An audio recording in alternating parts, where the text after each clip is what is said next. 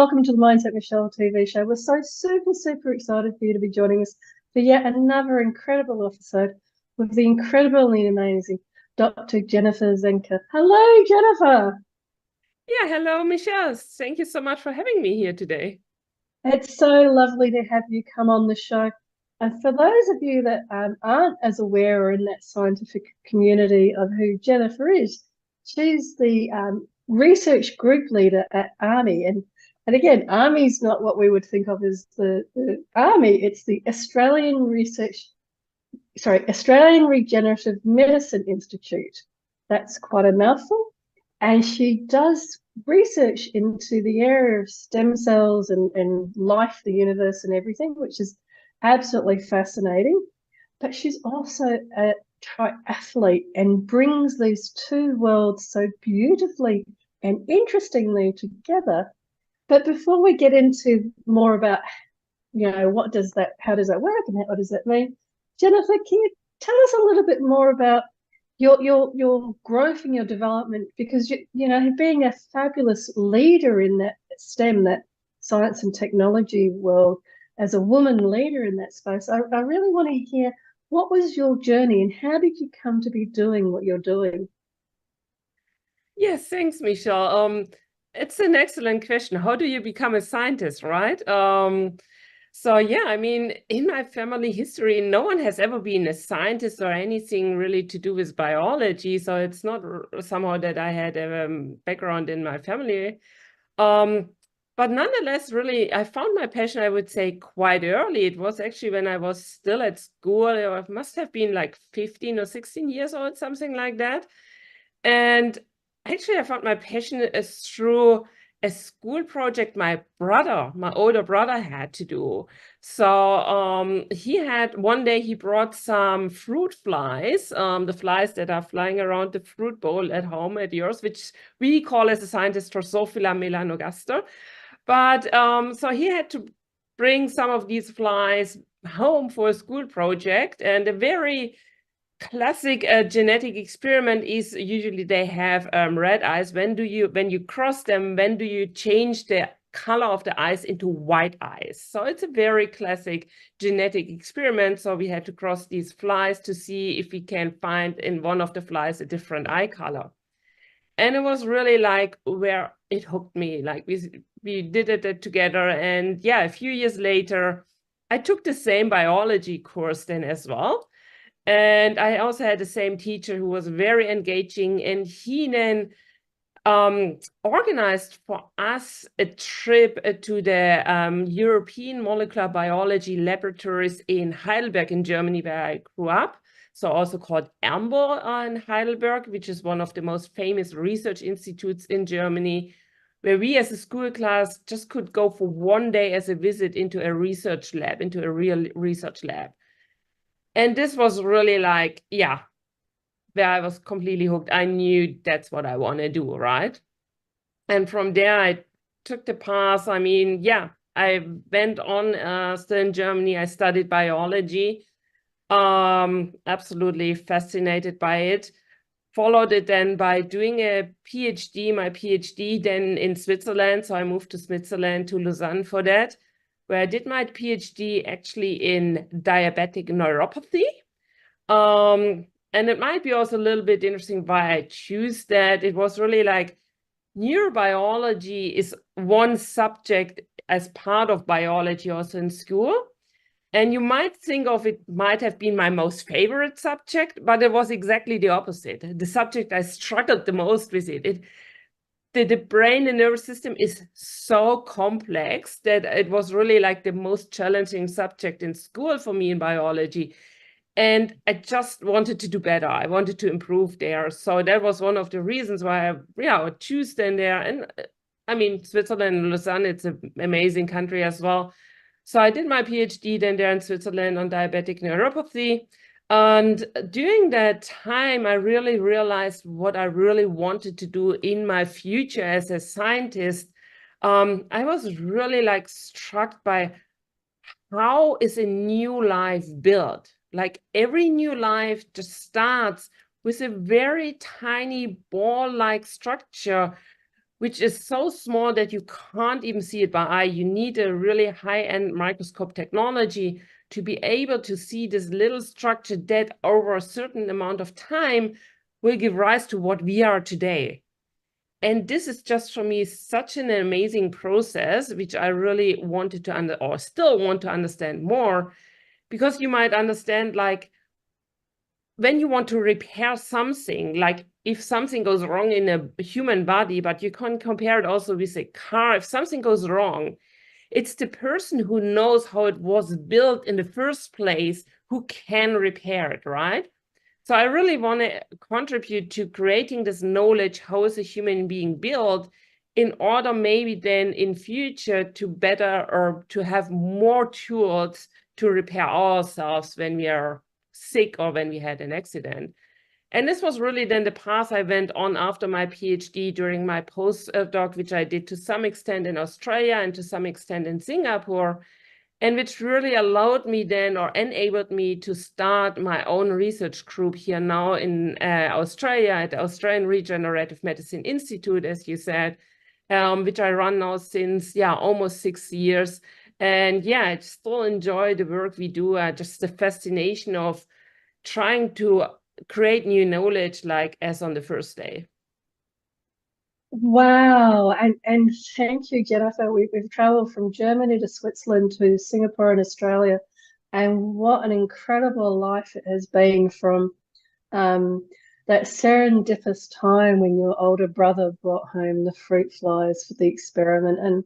And I love that thread there between understanding how to change the color from red to white of the fruit fly eyes, all the way through to understanding the mysteries of life itself, of how a stem cell goes from being a stem cell into a human being like ourselves, and wanting to understand that journey from the stem cell to the human being, so that you can lend like a car. And this beautiful, wonderful example that I'm sure people can relate to and understand.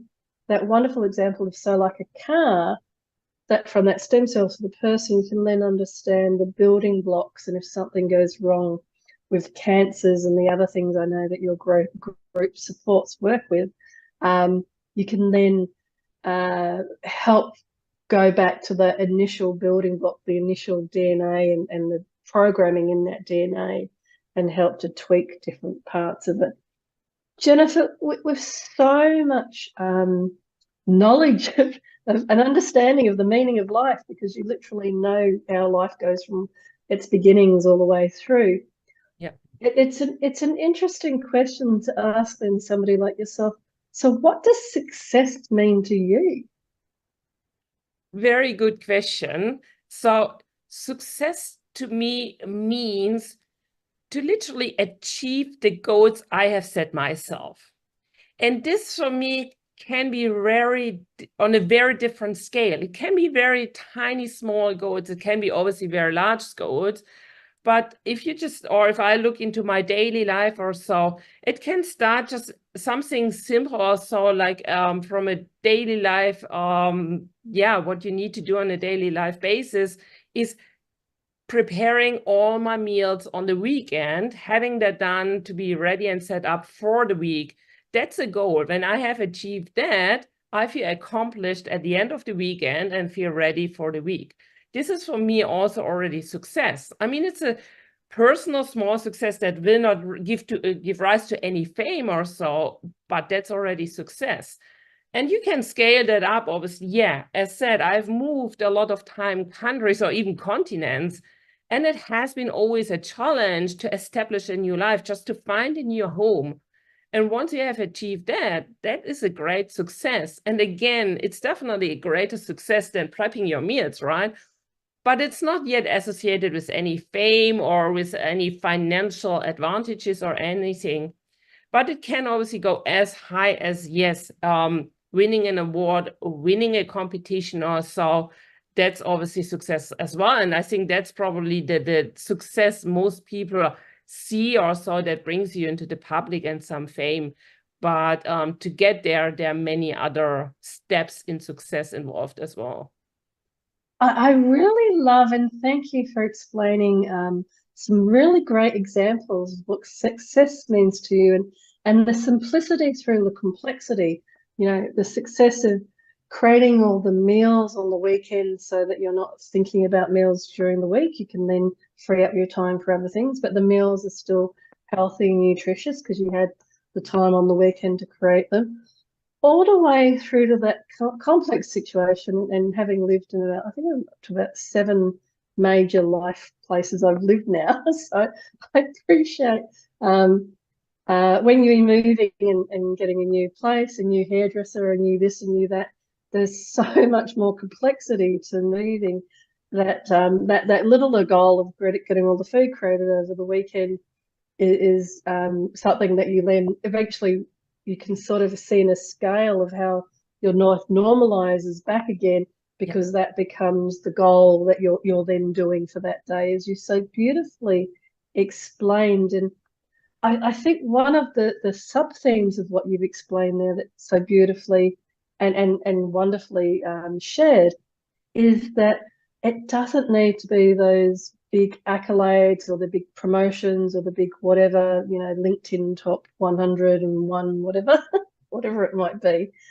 That success can actually be those smaller things. And especially when I read things in the mental health space, and it talks about, you know, people just getting out of bed in the morning, recognizing for them that that may be a success, or keeping the house clean, or doing the washing up, or keeping the kitchen clean.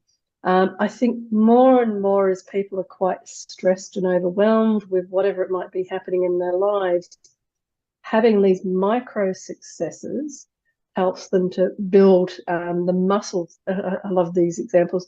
Building the muscles of success, just like you would go to the gym and train in weights.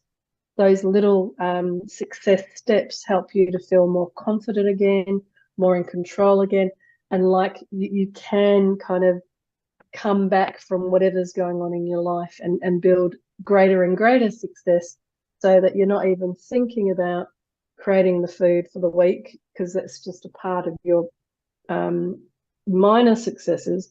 You're then freed up to focus on the bigger successes during the week. Exactly, yes.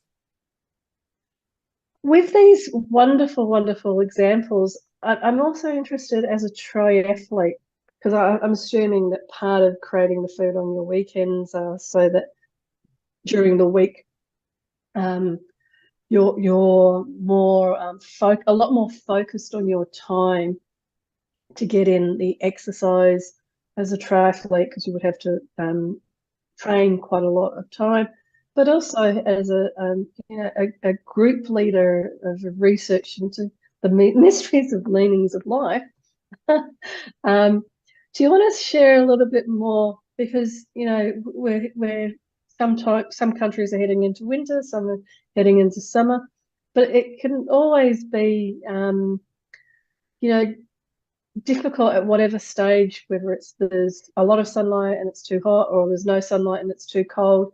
There can always be different kinds of variables that you obviously have no control over. What are some of the suggestions you have for people where they may want to be doing things in their life and really saying, yes, I'm going to do it, yes, I'm going to do it?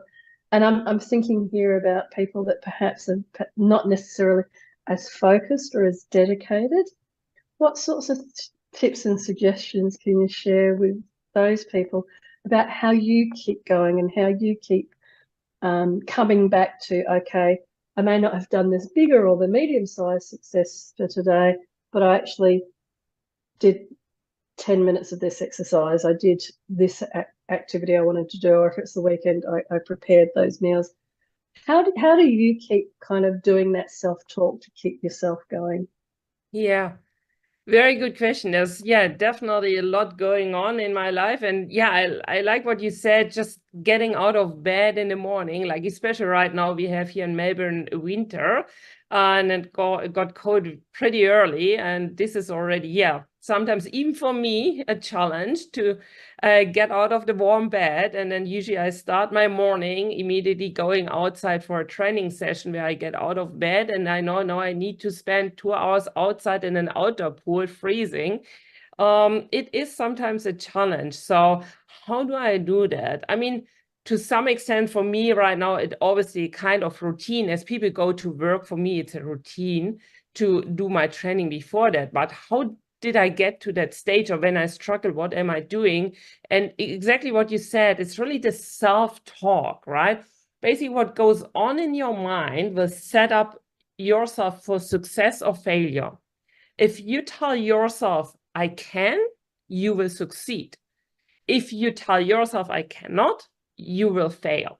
For me, that's quite straightforward. And if it's really challenging, I also always think back. Obviously, a few days before, I had the same struggle, but I made it. And then really how I enjoyed it afterwards when I succeeded getting out of bed, doing that session, how good I felt afterwards. That was just, it's so a great feeling that it just helps to get out of bed and achieving it again. And very often, it's actually just the first few minutes. Just saying, even if you have for me, a 2-hour session programmed or scheduled, and I feel extremely tired, I tell myself, just get started. Even if you just do 10 minutes easy, it's better than nothing, right? But if you get started, you get into the mindset, okay, even if I just do 10 minutes, it's fine. I achieved something.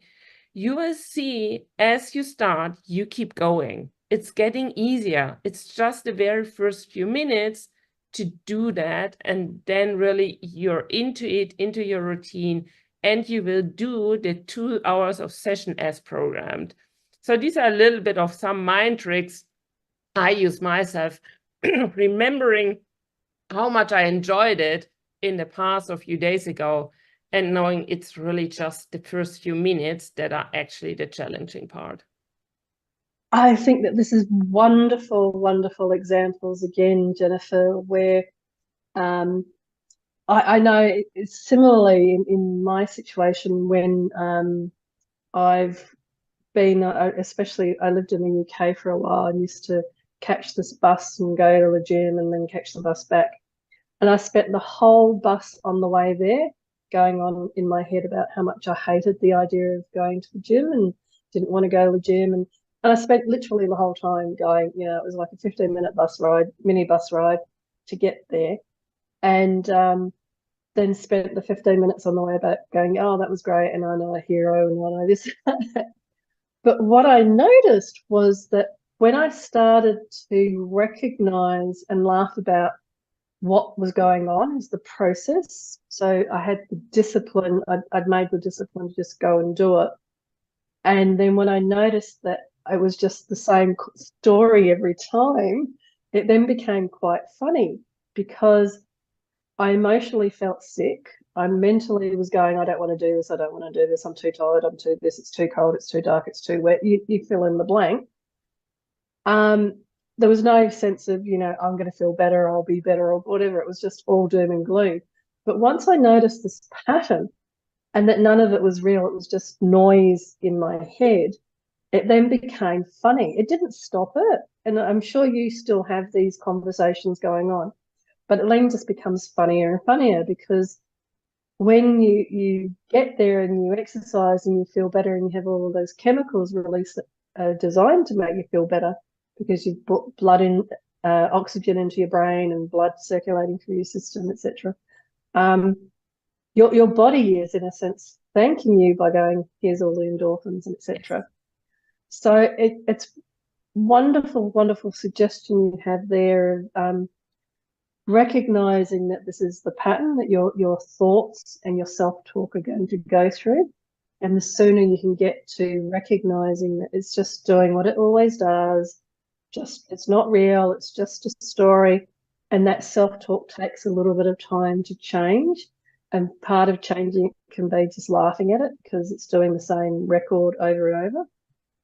But tuning in, like you so beautifully explained, to the feeling and remembering that sense of feeling empowered and healthy and fit, and really able to be more energized and more awake after doing that day at work, or after waking up, after disturbed sleep, or whatever it might be, whatever it's the beginning or the end of the day. But just starting, and then knowing that once you've started, those chemicals and the endorphins will kick in, and your body will go, oh, thank God, we're here exercising again. Yeah, exactly. For me, it's exactly what you just said. Doing that early morning session, sets me up for the day. First of all, when I arrive at work then, and I have done my session already, I have already succeeded. I have already achieved something on the day. I will feel accomplished, even not having even started yet my day really, like with work, or not even having breakfast yet. I'm already happy with the day. And as you exactly said, this early morning session really wakes me up and really energizes me for the rest of the day. On the very few occasions where I should maybe not train in the morning and do not do any exercises on that day, the day I feel just rubbish all day. I'm literally of no use because something is missing. Like others might need their coffee in the morning to get started or so. I need that early session, and I'm really like ready to go for the day. I'm energized, awake. My body is ready to, smash it. And that's really where I probably also really like, set myself up as said. And also, should it be like during the day, especially, towards late afternoon. And so when you get very tired, right? If I feel that, yes, then I might just go for another run or something like that. And again, I mean, it feels very hard to get started because you're tired. But after that, I'm again energized and I'm ready to just get through the rest of the day and feel really good and not hanging through. And I feel that that's so true. I know people, I do a lot of meditation, and people that I speak to that meditate, they talk about doing like power meditation. It's a funny term, but power meditation. So for some people like yourself who train quite a lot, the re-energizing may comes from doing more exercise. For other people, and the meditators I talk to, it's about, if you finish, say, your work for the day, but then you're going out to a work event for that night, having 10, 15 minutes where you go and have a quiet meditation in the corner to, again, like you're saying with the exercise, to reset. Mm-hmm. So these are just two examples that I wanted to, and that's why I added in the meditation, so that people can understand finding what works for them is what we're talking about. So it might be that going for a run, or going for a walk, or going somewhere quiet and meditating, whatever it is that works for you, to set that up as a goal that, okay, I'm not just going to stay at work, keep busy, keep talking to everybody, and then go to this business event and feel very, very tired even when I get there, because I haven't had any mental space to kind of reset, emotional or energetic space to kind of just come back to letting my brain and everything kind of settle from a busy and full day. And you might not be somewhere where there's an opportunity to go running or go for a walk or whatever. So whatever it is for people, and unfortunately, I think people tend to use something like going and getting a cup of coffee, but the coffee is a stimulant. It doesn't kind of give you that time out that finding something like a walk or nature or meditating or something will do. But I think it's looking at whatever it is that sets yourself up, and understanding for yourself what sets yourself up for the day. I know for myself, ever since COVID and with all the different things flying around, that I now take these mini, like meditation sessions where I'll go off and have 10, 15 minutes where I'll just lie down and rest and contemplate and meditate. so that I can then recharge my batteries. It's kind of like going to a garage, go to a garage and get some more petrol or put more juice in the battery to help kind of recharge a little bit before doing. And I love to hear that, you may do your 2-hour fabulous training before work, have a fabulous day at work, but then also feel maybe perhaps tired, and you then re-energize by going for that run or walk. Yeah. I mean, that's a human being, right? There we are probably all very similar. And also, yeah, I mean, saying that it's really like important to have this mindset, and it's something most people are not born with, right? I mean, it's not really like a natural giving. I mean, some have that, like that they're like from naturally very strongly minded, but I think the good news is it's something you can really create, right? So it's something you can create yourself. And as you said, there are different ways how to do that. And for me, what really worked was being an athlete, doing sports, how I created really strong mind that helps me throughout my entire life as athlete, scientist, but also obviously in my private life, which I'm so thankful for, which obviously was never the aim why I started doing sport. It was just a kind of side effect, but I benefit so much from in my entire life from it, which I'm very grateful for. And I love that, because we didn't really talk through that, but that the habits as an athlete are the habits that also help you be successful in your work. And so with the athletics, for example, you compartmentalize, I'm going to work on this part of the body, or do cardio, or do weights, or do this, or do that. And so similarly with work, I'm more awake at this time, so I'll do project stuff then, and then I'll do admin stuff at this time. And it all comes back to what you so beautifully put about we're not born with that mindset. And I can now say that we're hearing it from somebody that does stem cell research. So it's true, we're not born with this program. We can actually put our own programs in. And so we can create whatever ways we want to build those programs ourselves. And I think that that's one of the wonderful and probably the most scientifically validated on this show ways of saying you can actually create your own mindset. And we now have it from the scientists that say, yes, you can create your own mindset. I definitely like also to experiment with myself in a way. Yes, definitely. But as you said, yeah, there are like so many parallels in the mindset you need as an athlete scientist, or in general, like a leadership person, which is really not only the mental toughness we might always associate with it, it's really like goal setting. It's like stress and time management. It's the confidence and also staying always positive. And I think one of the most important aspects is just resilience. When something goes wrong or so, just not give up and get up and just try to do the very best you can.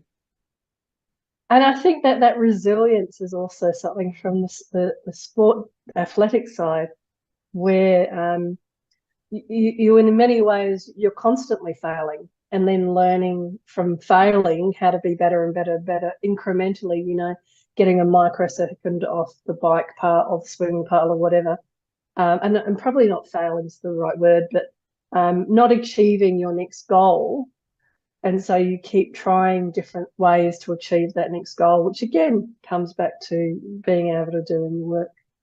Exactly. And the extreme scenario might be when you're injured. Yeah, especially if you might be a professional athlete or so. When you're injured, yeah, not to give up, to also take the time first to heal and not rushing it, but then really having the confidence and resilience to build up again. And most athletes, really the good athletes, they come even out better than they have been before from an injury, which is really impressive. Or even female athletes that had been pregnant or so, most of them, they had to restart again with all the fitness and training.